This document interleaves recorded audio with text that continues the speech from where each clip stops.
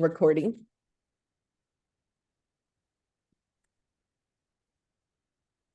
Okay, let's all take a deep breath. Ground, center, be present in your body, completely present in your body. Relaxed, at home. Breathe. Become filled with the energy of all good. Hold yourself in anticipation of the work that we're going to do in this circle today. We are gathered in a guardianship circle, a sacred space, a space where we are sovereign. This circle is designed especially for us, specifically for us, for those gathered in this vision circle. It's created for us to be safely held while we do the work of this circle.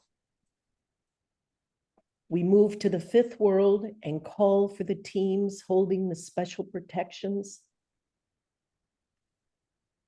The sixfold cocoon, golden song. We place ourselves and our families and all that we are connected to in love, in this energy of protection. Breathe. Know that I've spoken the truth. And let's go around and place ourselves in this circle. Where we're from, any people or other beings that you would like to include, and if there's any situations in particular that you would like to bring in, personal, worldwide, please mention them. And then let's add a quality to our circle today. So I'll begin. I'm Arleigh. I'm on Wellington Harbor in New Zealand, looking across at Wellington City. I'd like to bring in 14 people and my dog, who seems to be doing better. So this is working. Let's keep doing it. I want to bring in a firm and lasting peace in the Middle East. And my quality is connection. And I will choose Sue.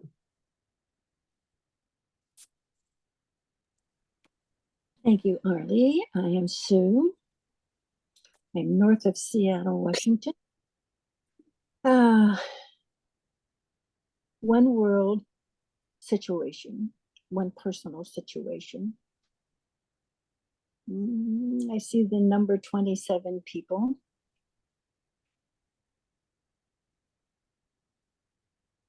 And quality is acceptance. And I'll call on Marielle. Marielle, close to Montreal. I'll put in my health, because I seem to have a cold or something like that. I'll put in all the meditators going to the 10,000 World Peace Assembly. And the quality is integrity. And then I'll pass it on to AV.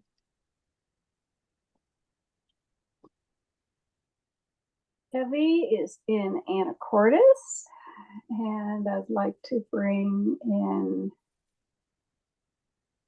15 people. I'd like to bring in all four-leggeds and two-leggeds that are experiencing illness or disease. And my quality to add to the circle is love. And I pass to Sharon. Thanks, Evie. Sharon Raji Maynard here. I'm starting to call myself Grandmother Sharon because in some circles that's what they call me, and it feels really good. So I'm putting it out. Yes, 64 individuals in the circle of gratitude, gratitude for the changes I'm seeing because of the work we're doing. So I want to put gratitude in the circle, just thank you. And all of the world situations, any earthly manifestations of outsider domination in the circle to extinction. And the quality I want is to bring into is committed tenacity. And I think we're all, did we do Deborah? Did we? Yeah, Okay, Deborah, you're on. Oh, okay. Yeah. I'm in Chattanooga, Tennessee, which is just along the border of Georgia. I'd like to put into the circle 100 women from something called the G100 Women Leaders who are working to bring equity to women around the world. And I'd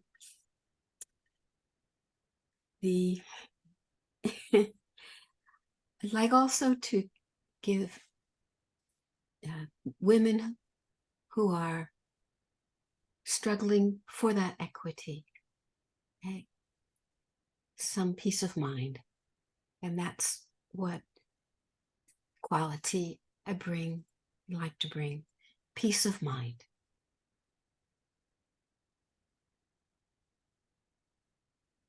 okay.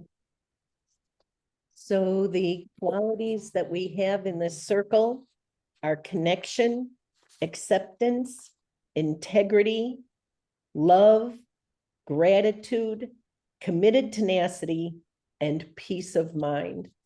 We ask that all the people who were mentioned in numbers be added to our circle for the protection, and all those they are connected to in love also come and be with us in this sacred circle.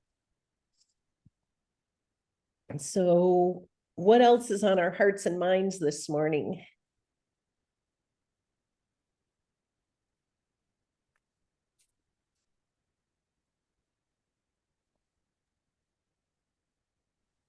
Go for it, Marielle. Since I'm leaving for a month, my apartment will be empty and I have lots of plants. So I'm organizing a system where I've put a lot of buckets because some are almost trees, so they'll require a lot of water. And so I'm thinking of offering my apartment to some people who want to follow the same course as I will, but from a distance. And so I wonder if from a divine perspective, it's a good idea because some people are pretty nosy. They always want to know, who I talked to and what I did. And so Sharon, Sue, or others, what do you think? Is it safe for me to be generous by offering my apartment? Oh, that seems like a question that speaks to each of our individual paranoias, as opposed to the divine question of you and your individual apartment. Yes, it's more like your individual, I'll say paranoia. The question wouldn't be, is my apartment going to be safe for me to do that without being able to say, as it reflects me, you know what I mean? Because if you have construct energies, experiences, storage of any kind that says people take advantage of you, you can't trust others. If you have any of those inside, known or unknown, I wouldn't do it. And I don't know if you have time, for the next day or so to really get clear energetically about the security and the presence and who it attracts. So I think that would be my answer. It's right. If I ask right now, it would reflect whatever fear constructs you still have. And I could do that. And also, but then again, if you had time to clarify and strengthen and clear yourself up, the answer 2 days down the road might be something different. And that's kind of the feeling I have, is that it's not a answer in the moment. It's something you're putting out to your higher self, and you need a couple of days to get clarity for yourself, because it has to be a match. It has to be a fit. It has to be a spiritual fit.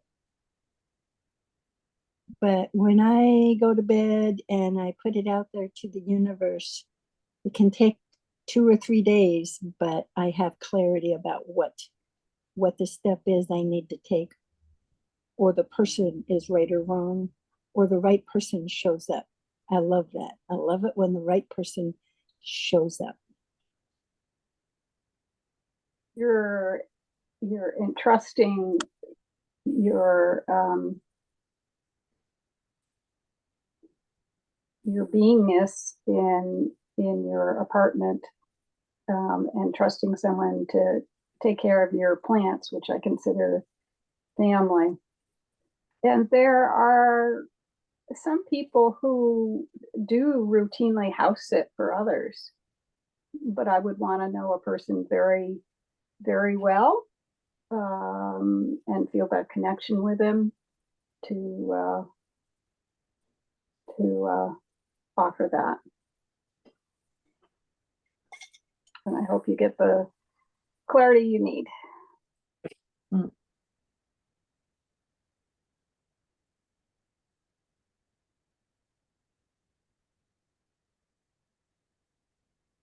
That makes sense, Marielle? Well, I'll just have to wait if I get a clear answer. I would start, I wouldn't wait for an answer, because the answer is going to reflect maybe some unknown stuff. I would start with what you would want for an outcome is that my home, sharing my home, is safe and attracts individuals who are respectful and healthy. And I would set the outcome first. And doesn't mean you have to do it, but what you want, anybody in your home has the qualities that are respectful and healthy and caretaking and whatever, and do that as an outcome, and then see what comes up in you. Then what comes up in you might be like, I don't think so, or remember this, and then you can clear. Then you can decide, hear what, see who shows up. If you start now and just let it show up, you may have missed a step that's valuable to you about clearing any more of your non-trust issues. I'm not saying you have them, but non-trust, people taking advantage, might be important to flush that to the surface and clear it, whether you decide to rent your house out or not. It wouldn't be renting, it would be free. Change. Yeah. Whether you do that or not. So. Well, the purpose would be also these are like long time meditators, like it's been for 40 years, like maybe more. Mm-hmm. So, and the building I'm in is always in need of good energy.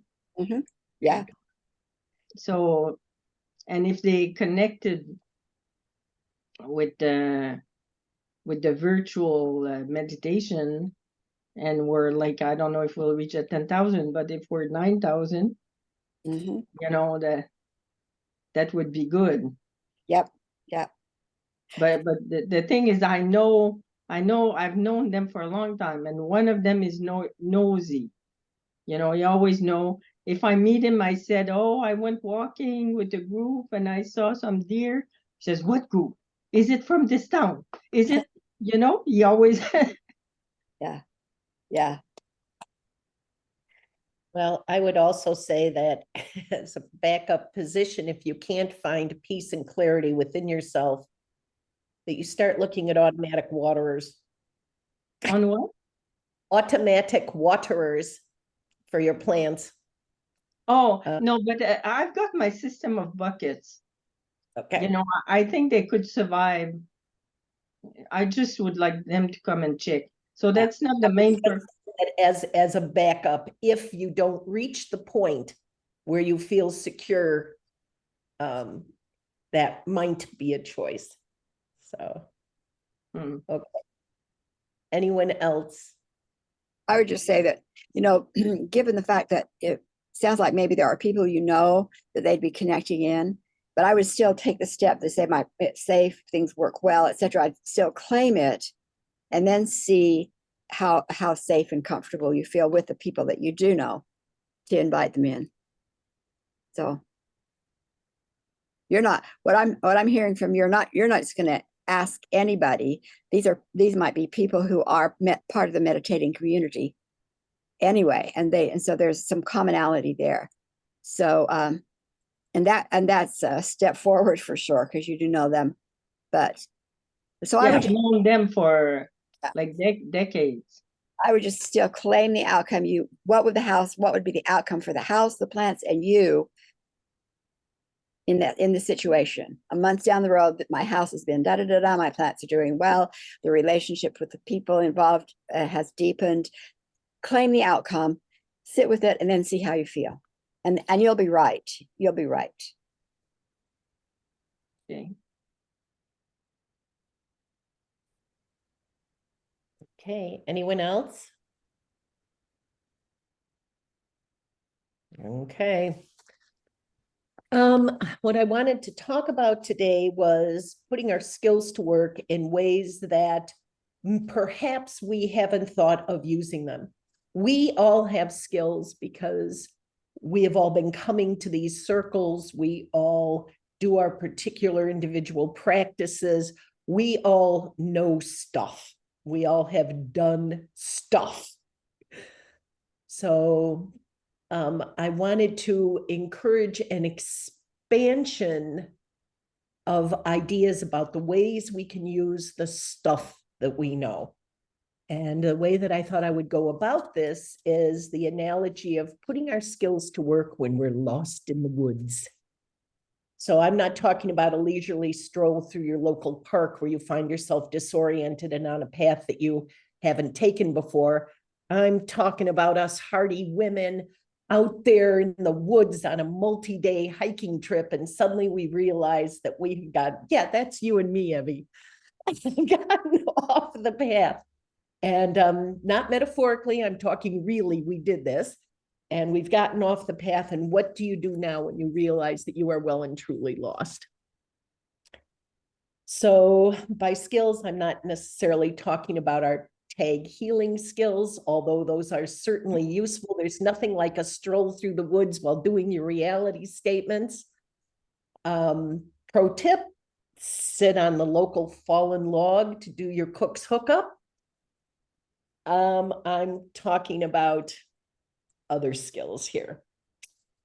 So in the beginning, we all know how to drop into a meditative state, opening our hearts and our minds to receive information that we ask for from trusted sources. We know how to put up protections so that the information that we receive is coming from trusted sources. We can use breath work to drop to this trance state. We can use hyper awareness techniques or wide angle vision or any of a number of other ways, just so that we feel grounded and centered in ourselves, open and protected. So let's circle back to this multi-day hike and getting lost in the woods. When you first realize you're lost, you want to stop, ground, center, check your emergency transponders battery. Let's say it's flat.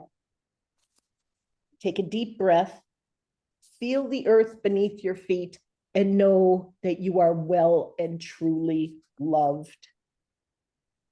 Breathe yourself into a calm state, and then stretch out your awareness. For anyone who doesn't know how to do this, you feel your awareness in your body, and then you just extend the limits of that awareness so that you are feeling all that's about you. Not necessarily seeing all that's about you, but definitely hearing and picking up the vibrations and the feel of it. So what you are doing is you are looking for a friendly tree. There will be a friendly tree. There will also be trees that are totally indifferent to you. There will be trees that want to work with you. There will be trees that offer you safety and security and love. There are trees that will definitely offer you love. So you can reach out and try to find that tree. You can ask the tree to reach out to you too. So now you want to go to that particular tree. Now you have a friend in the woods. You're not alone. You're in a better position to make good decisions. Some trees will talk to you and will give you information if you are open to receiving it. Some will just infuse you with waves of feeling like security. Be discerning when choosing your tree. In my personal experience, I have gone to trees that have, seemed to call to me, and I found out that there's horny trees out there. And that is not what you want when you're lost in the woods. So believe what you feel. And if that's not what you're looking for, find a different tree. So, like I said, now you have a friend. Your goal is to be safe when you're in the woods and to find your planned route quickly. And now you need a direction to travel. The easy way to do that, if you have a firm, clear connection with your guides and they just chatter away and tell you exactly what you need to know with great clarity, is to simply ask your guides, hey, where do I go? Some of us don't have that kind of clear connection. So I'm going to leave those guides out of this right now. And I'm going to talk about using your sense of awareness and your connection to asking the 4 directions, which direction you should go in. The way to do this is to face each direction, ground center, and ask, is this the route, the fastest, safest route to where I need to get? Turn to the next direction. I like to start north, south, east, west, but when I get lost, I can just barely tell up and down.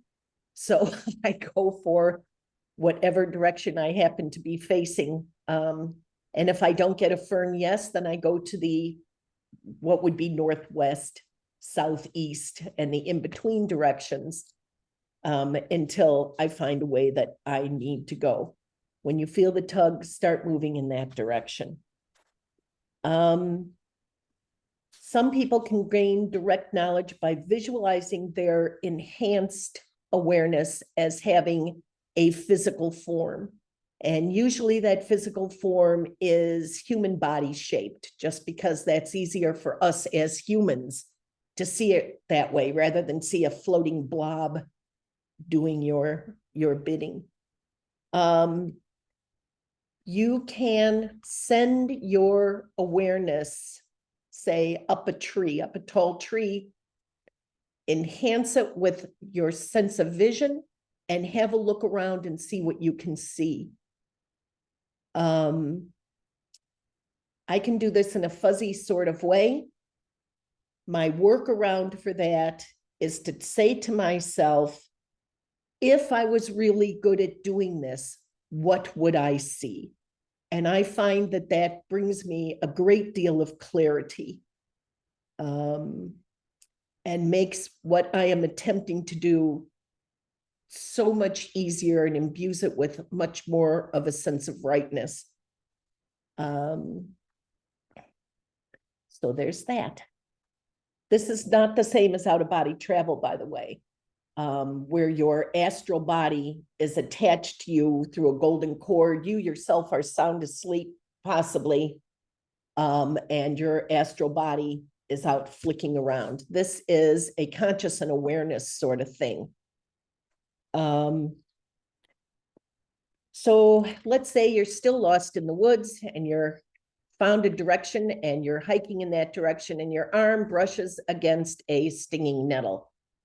I don't know if all the parts of the country where you live have stinging nettles, but this is a plant that has tiny little hypodermic needles on it. And when you brush against it, there's a bulb at the base of each of these fibers that will inject you with a chemical that causes intense burning and itching in your skin. Now, I have been told in my classes of how to live with the earth that the anecdote plant is always growing right nearby. I know that that's the truth in the East Coast of America, but I never found it on the West Coast around the Seattle area. I just found plantain, which is kind of I'd rather have calamine lotion. But anyway, the way that you can find if there is an anecdote plant in the area where you are is to hold on to one of the plants around there that is not the stinging nettle, go into your trance state and ask the plant, ask for the information. Either see it, visually see. What you're asking is, are you a plant with medicine that will help me right now? If so, how can I avail myself of this? What part of the plant and how does it have to be prepared? I know one girl who asked a plant if it was medicinal, and she saw this boiling cauldron. And out of this boiling cauldron, a giant eyeball rose up that had red veins in it. And it turned out that the plant was good for an eye wash. It was eye bright, which she had no idea. She was, a little wandering in the woods sort of thing who just thought that she would check this technique out. But that's what came to her. So yeah, this stuff can actually work. So you're talking to this plant, and the question arises, are you actually communicating with the plant or are you communicating with the plant's diva? And at this particular point, does it matter? I've asked myself this, I have no idea. And of course, then I get lost going down the rabbit hole of, does every plant have a plant diva? And if so, does that mean that each little grass plant in my yard has a plant diva? Or is there a lawn diva for my lawn? And I don't have answers to this. And someday I will take the time to go out there and experiment, but that day is not today. So those are just a few ideas of ways of using skills that you already have, reaching out in ways that you may not have done before. I have some strange stories about people who have used these skills in strange ways. Just anecdotal sort of stuff, definitely not stuff that I do.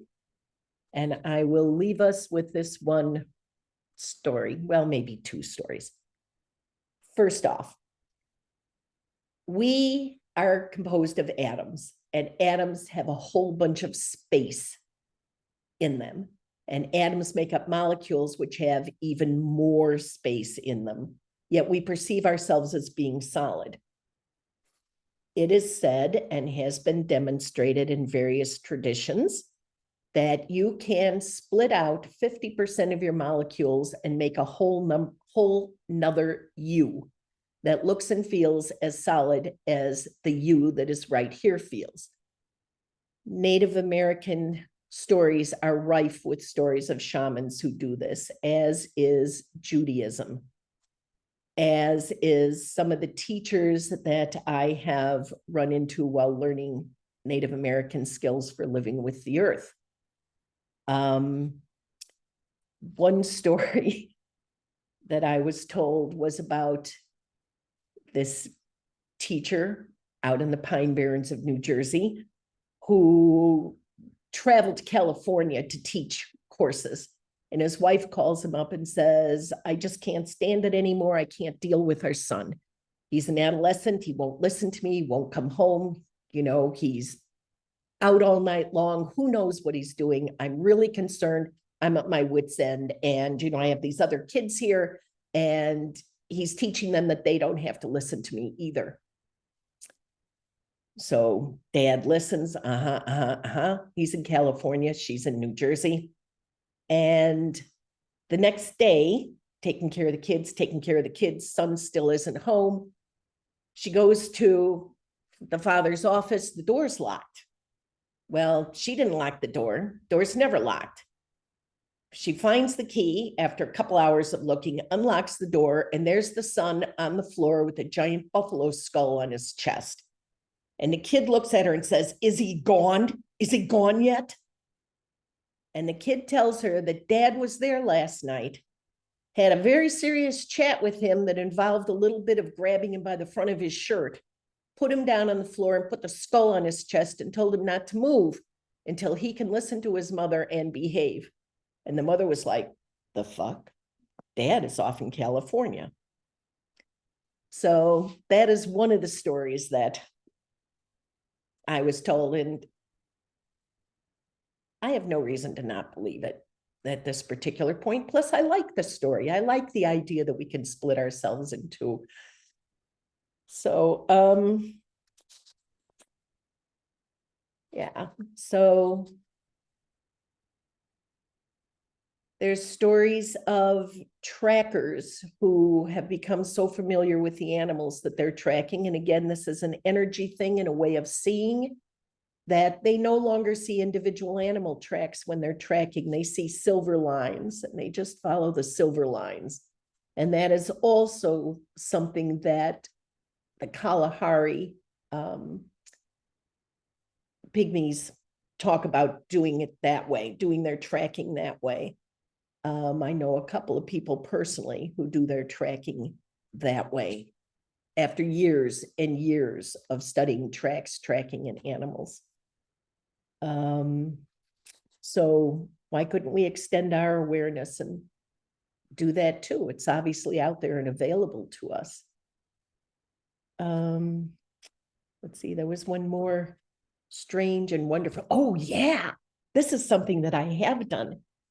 In the Pine Barrens of New Jersey, the soil and the sand is such that you can take a piece of cardboard and you can scrape the ground fairly lightly, and you can find tracks that were made years ago, 5 years, 15 years, 20 years, human and animal. It has to do with the way the sand blows, but the heavier dirt, which is still very lightweight dirt, has filled in these tracks.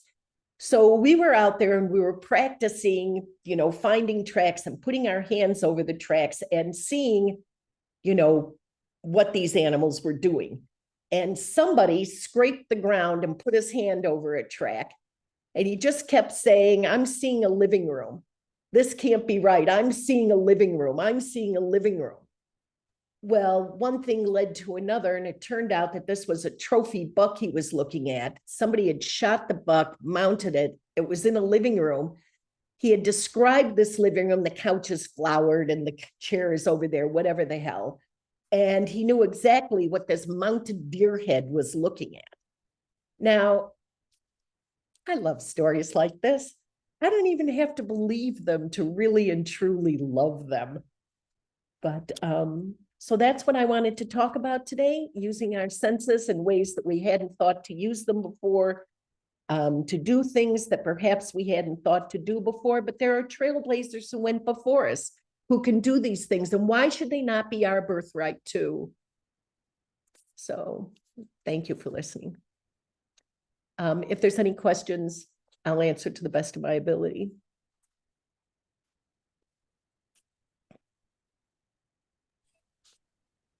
I love the idea of these stories, and I'm sure each of us has our own individual story where we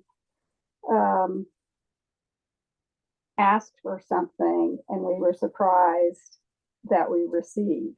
And I remember literally being lost in the woods on a trail that a woman had showed me once.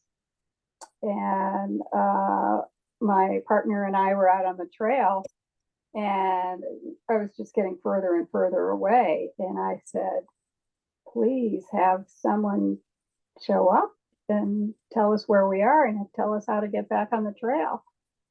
And wouldn't you know, within 5 minutes, the woman who had showed me that trail showed up.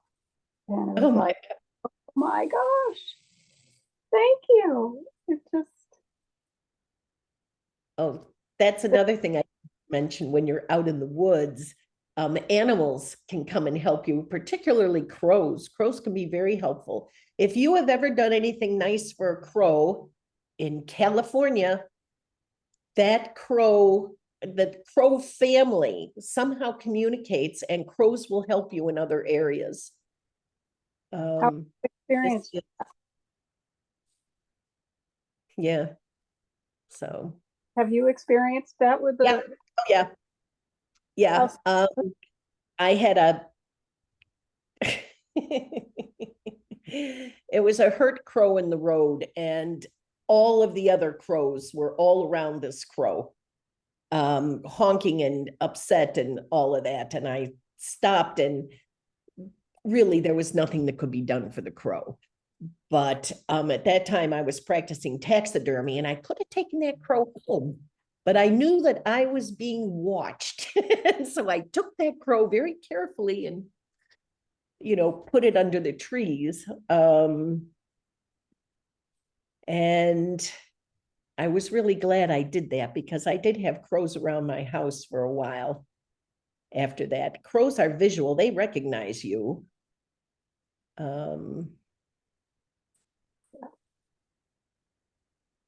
Yeah. That's just so interesting because I haven't studied crows, but I had crows that were totally annoying.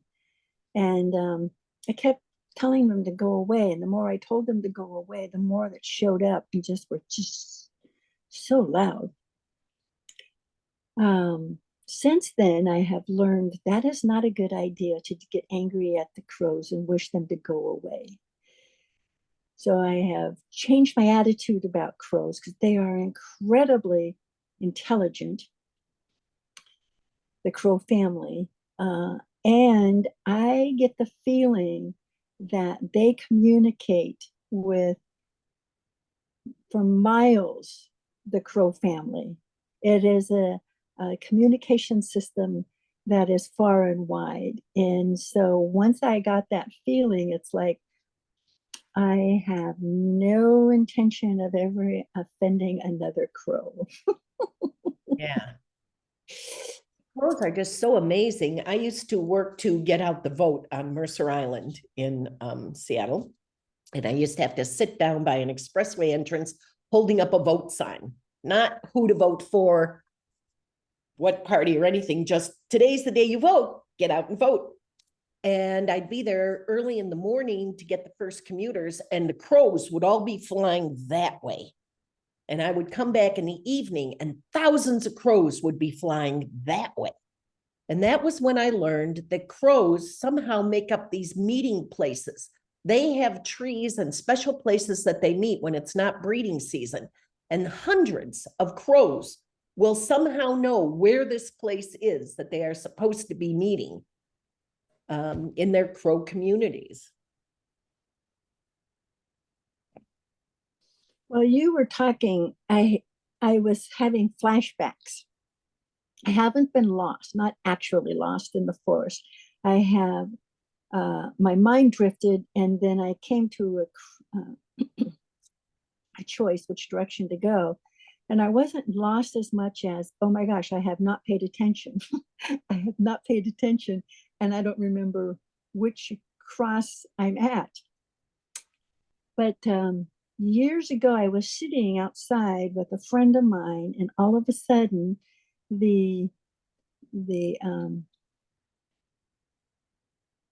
area that was on a stream bed came alive with elementals, even Sasquatch. They came alive, and they were all shapes and forms. It was like a colony, and they were all working together, and they worked with the plants, and it was so fascinating, absolutely fascinating. To be able to, I didn't see them in physical form, but I saw them so clearly on a spiritual level. And I've never been able to make it happen. That was just a gift. And each time I've been given a gift, it just blows my mind because it is such a powerful experience. I was walking on a trail out of Issaquah, and the whole forest in this one area turned into a magic forest. And I knew it was a magic forest. And it was fascinating because the energy was completely different. And it was like I was on a different wavelength, a different dimension, a different reality, and absolutely magical. And I walked into it. I was walking with someone else, and I didn't exactly tell them. And then I just went slow, and then I walked out of it. And I'd been on that path before, and I'd been on that path afterwards, and I can't find the magic forest. It's a gift. And it was just so amazing. So those kind of gifts just blow my mind and remind me there is so much more than what I can see. I love it. Yeah, I once in my life, I saw a woman singing, and her aura was just this explosion of green and gold, and it was breathtaking is a word that's overused, but literally this was breathtaking. And then I heard a voice, like, this was more a feeling, not a clear voice, that this is what music looks like. Always. This wasn't, one person. This is what music looks like. Oh, music looks like. Yes. Yeah. Yes. Everything has a reality beyond, so far beyond our physical. Our physical is just a mirage, but what's beyond it just has all these dimensions and levels and frequencies, and it's absolutely gorgeous. Yep. And I definitely think that if you can imagine it, if you want it, you can find a way, kind of like spreading your awareness up to the top of the tree and viewing it with your sense of sight. You can find a way to be a part of that, to make it yours, to enter that, to have a bit of it for yourself. It's just using the skills that we have and extrapolating along the what ifs. Somebody somewhere's done it. So why shouldn't we?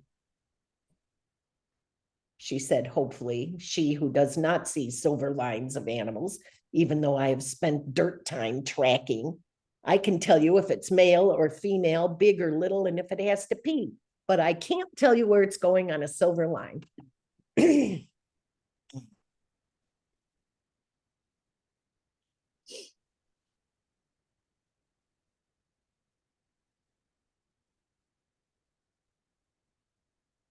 I don't know, maybe we don't get to pick our skills. Maybe our skills came in with us, and it's for us to discover it. Maybe all these other skills are held in the part of our brain that we don't use, and we just need to find a way to flip that open.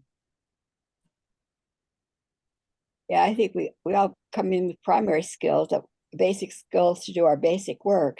but we have access to all of it. I really believe we have access to all of it. And some of them we've locked away because it's safer to have them locked away. So I definitely think we can just keep opening to more and more because they're part of a star soul.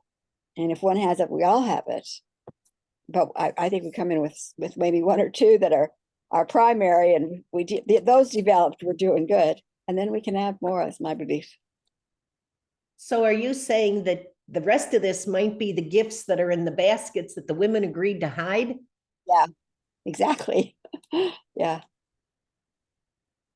Or, you know, in one of the stories, the women, every woman took one skill for the, so alchemy was with one type of family and drumming another.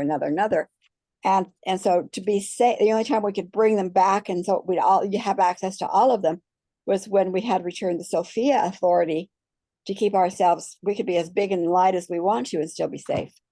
That 13 tribes can't come together. The rainbow tribes can't come together without the safety of the Sophia authority.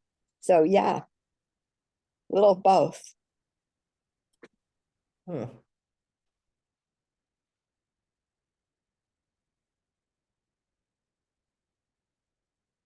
Is there anything else anyone would like to add? Questions, comments, experiences, comments of joy and happiness? I'm open. All right, then let's ground and center one more time. Take back our energies. And our circle is unbroken, but we are free to go. And I would like to thank everyone for being here today. I didn't think it would be this easy to share with the group. You know, I just don't really like to stand out and say, you know, this is what I do. But you've made it all very, very easy. It's been a pleasure being here, and thank you one and all. Thank you. You really, I mean, we share, then we remind each other and encourage each other and go like, oh my gosh, yeah, I'd like that. So thank you very much, Arleigh, for sharing. I think Thank you, Arleigh. I want to keep sharing those amazing stories that come to each of us, not only for the purpose of joy, but the purpose of recognizing the possibilities. It was great. Thank you. Thank you one and all. Bye-bye. Bye, everyone. Good luck, Marielle. You'll do it right.